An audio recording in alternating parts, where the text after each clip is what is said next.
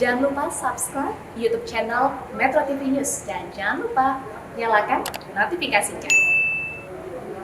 Pemirsa, terima kasih Anda masih bersama kami di Metro Siang. Kali ini kita dalam segmen Fact Check. Status warna di Peduli Lindungi mengalami perubahan arti. Kemudian apa saja penyesuaian yang diterapkan dan apa pula artinya? Kita akan paparkan dalam At Large kali ini. Pemirsa, nanti pada saat Anda membuka aplikasi Peduli Lindungi untuk mungkin masuk ke pusat perbelanjaan, ke mall, ke rumah sakit, atau ke tempat kerja, nanti akan ada beberapa penyesuaian warna. Ini merupakan status dari akun yang Anda miliki. Nah, yang pertama, kalau statusnya berwarna hijau, ini artinya sudah menerima vaksinasi yang ketiga atau yang biasa kita sebut dengan vaksin booster. Kemudian ini berarti bukan pasien COVID-19 dan tidak melakukan kontak erat dan ada hasil tes antigen ataupun PCR yang negatif. Ini tentu berlaku untuk yang sudah berusia di atas 18 tahun. Bagaimana yang di bawah 17 tahun? Di bawah 17 tahun karena belum diwajibkan, maka vaksinasi sudah memperoleh 2 kali suntikan, statusnya akan berwarna hijau. Sedangkan yang baru adalah status yang berwarna kuning. Nah, jadi kalau Anda membuka aplikasi, ternyata warna statusnya berubah menjadi warna kuning, ini bukan berarti ada sesuatu hal yang terjadi. Namun artinya adalah Anda harus segera vaksinasi booster supaya statusnya berwarna menjadi hijau. Karena jika warna statusnya menjadi kuning, ini tandanya sudah memperoleh vaksinasi COVID-19, namun jumlahnya masih 2 kali. Memang bukan pasien COVID-19 atau bukan melakukan kontak erat dan hasil tes antigen ataupun PCR-nya tetap negatif. Jadi kalau warna kuning jangan lupa segera vaksin booster. Selanjutnya kita lihat warna lainnya. Ada yang berwarna merah, pemirsa. Merah tandanya Anda belum menerima vaksinasi sama sekali atau sudah menerima vaksinasi 1 kali.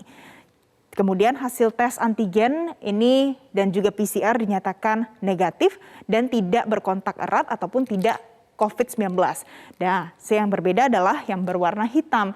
Kalau Anda membuka aplikasi dan warna statusnya adalah hitam, ini tandanya Anda wajib karantina ataupun isolasi mandiri. Jika ada keluhan, tentu langsung datang ke rumah sakit penanganan COVID-19 yang terdekat dari domisili Anda. Karena ini tandanya ada hasil tes PCR yang positif. Jadi kalau hasil tes antigen yang positif, warnanya tidak akan berubah menjadi hitam. Tapi kalau seandainya tes PCR, tes antigennya dinyatakan reaktif, tentu alangkah baiknya tetap melakukan tes PCR untuk hasil yang lebih pasti. Selanjutnya pemirsa, terkait dengan perubahan warna-warna ini juga dinyatakan secara resmi dari situs Kemenkes di kemenkes.go.id pada hari Minggu tanggal 17 yang lalu, dinyatakan bahwa pada kasus COVID-19 mohon untuk segera isolasi mandiri dan lakukan tes PCR paling cepat H+5 sejak terkonfirmasi positif atau sejak hasil PCR-nya positif.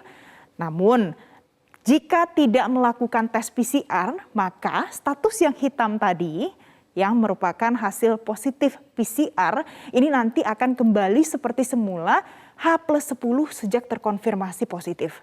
Nah, ini tandanya kita perlu melakukan tes ulang jika memang ingin melakukan tes PCR.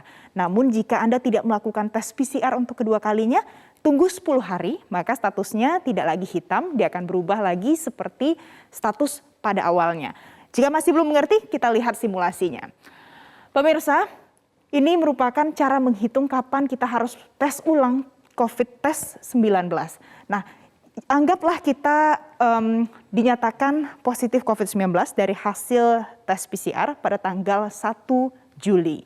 Kemudian kita tunggu 5 hari setelahnya.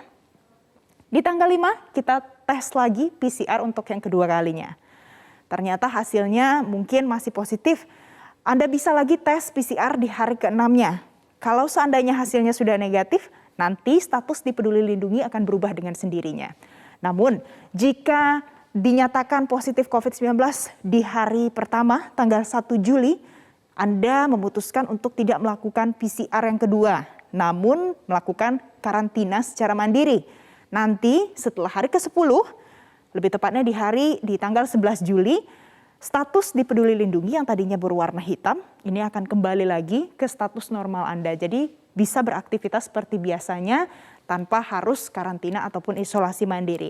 Jadi ini adalah ketentuan baru yang dikeluarkan oleh pemerintah dan penyesuaian yang sudah dilakukan dari aplikasi Peduli Lindungi kita. Selanjutnya pemirsa, kita lihat lagi. Tadi kita sudah melihat bagaimana cara menghitung kapan tes ulang COVID-19. Tentu ini penting supaya status dan juga warna dari aplikasi Peduli Lindungi Anda bisa berubah kembali. Namun jangan menganggap kalau perubahan ataupun penyesuaian ini bikin ribet ya, ternyata tidak pemirsa. Karena tentu kita harus tetap menggunakan Peduli Lindungi sesuai dengan arahan dari pemerintah. Per bulannya tercatat data terakhir Peduli Lindungi itu diakses oleh 60 juta pengunjung per bulannya. Kalau kita lihat ataupun kita perbandingkan dengan jumlah populasi yang ada di Indonesia, kok sedikit ya?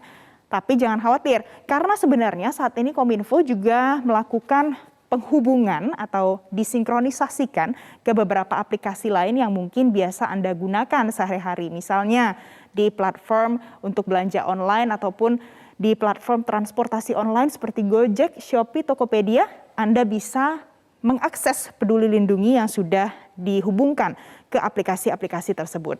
Jadi perubahan warna dan juga status tadi bukan jadi alasan untuk kita tidak menggunakan Peduli Lindungi pada saat beraktivitas di ruang publik.